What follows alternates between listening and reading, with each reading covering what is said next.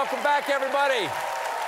Ladies and gentlemen, I'm happy to say my guest tonight is an Oscar-winning, great big old movie star. Please welcome back to The Late Show, Mr. Tom Hanks, everybody.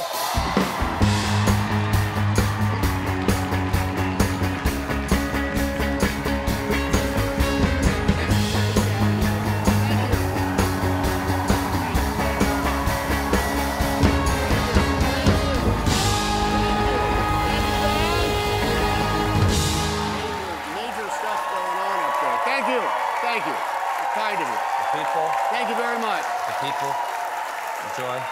Oh, man. Thank you. Thank you very much. What a pleasure it is to be in Ed Sullivan Theater here because, look, I don't know if you heard about this, Stephen, but... Go on. I'm in a movie called Elvis, about Elvis, the Presley one. And, This actual place played very large in our film because...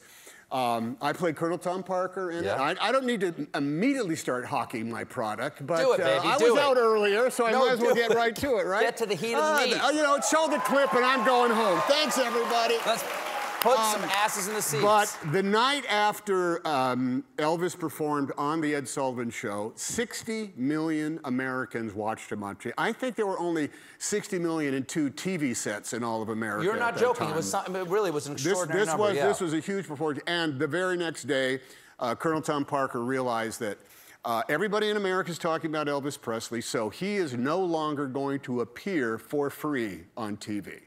After that moment, you had to either buy a record or a ticket to his show or a ticket to one of his movies or listen to him on the radio, for which Colonel Tom Parker got a few cents every time it played. Elvis got something like, if I'm not mistaken, he got $50,000 to appear 3 times on Mr. Sullivan's show. Wow, okay. Which is a crazy amount of money back then. Because Ed would go off. He understood that it was worth paying money. And after that, as Colonel Tom Parker himself said, well, no, I'll be happy to put my boy on television, provided they pay the price, and that price is $50,000. And nobody wanted to play that. And there it is. There it is right there. There's Elvis performing in the Ed Sullivan Show on October 28th, 1956. And it is somewhere right on this, right around here. Stage. Right here. Right around there. Right there is well, Elvis. Yep. And you should have just like a soft, holy light shining down on that little space so that we could see. Not only that, but this is kind of interesting. Back then, the big vaccine that people were worried about was polio vaccine that everybody should have, but people were nervous about it.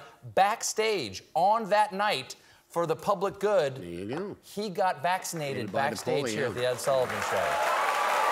For the common good. Okay. I love the new movie, Elvis. You play Colonel Tom Parker, as you were saying before. I always knew the Colonel was there. I mean, you didn't know what he looked like, did you? I didn't know what he looked like. No. I didn't know what he sounded like. No. I didn't know what he did. Who was this guy? Colonel Tom Parker was not a colonel. His name wasn't Tom, and he wasn't even a Parker. His real name was Andreas Van Kyck. He jumped ship from Holland, had no American passport, just wanted to get into the circus business, which he was, and he represented he represented Eddie Arnold in promoting his career. Then one day, he heard about this young guy who was ripping up he had a record that everybody was listening to. He thought he was black. Turned out he was white. And then he happened to see him perform one day in Louisiana at the Louisiana Hayride and paid no attention to what he paid no attention to what the boy was singing.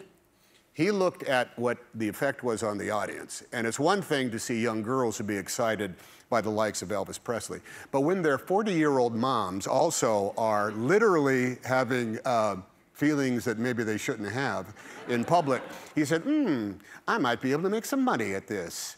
Because ma'am, what was it that was so exciting? Oh, honey, he's just a big hunk of forbidden fruit. And he said, forbidden fruit is sold at a premium in most supermarkets in America. So he jumped. He was a diabolical genius in every way. It's incredibly prescient, kind of like invented modern show business and modern recording business, and no small part of making sure that his boy remained exclusive. You know, you had to decide to pay to see or hear Elvis Presley. There's a great, some guys ask him, do you think that, Mr. Parker, do you think that Elvis's popularity is based on his so-called sex appeal, his shaking and wiggling? He said, well, Mr. Wilder, let me tell you that I have a vivid imagination myself, and I have listened to Mr. Presley's records, and to the best of my ability, as hearing them over the radio, I am not able to see him wiggle. So I, so I actually have a feeling it might be a different type of artist that we are speaking about here. And he was absolutely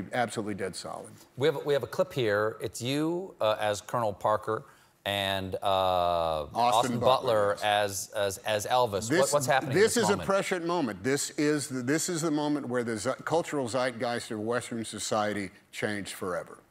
Jim? I wasn't fooling when I told those other kids I was going to buy them a Cadillac one day.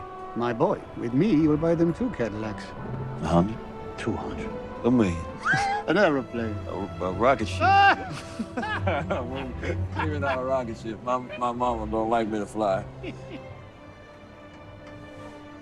Well, what about you, Mr. Presley?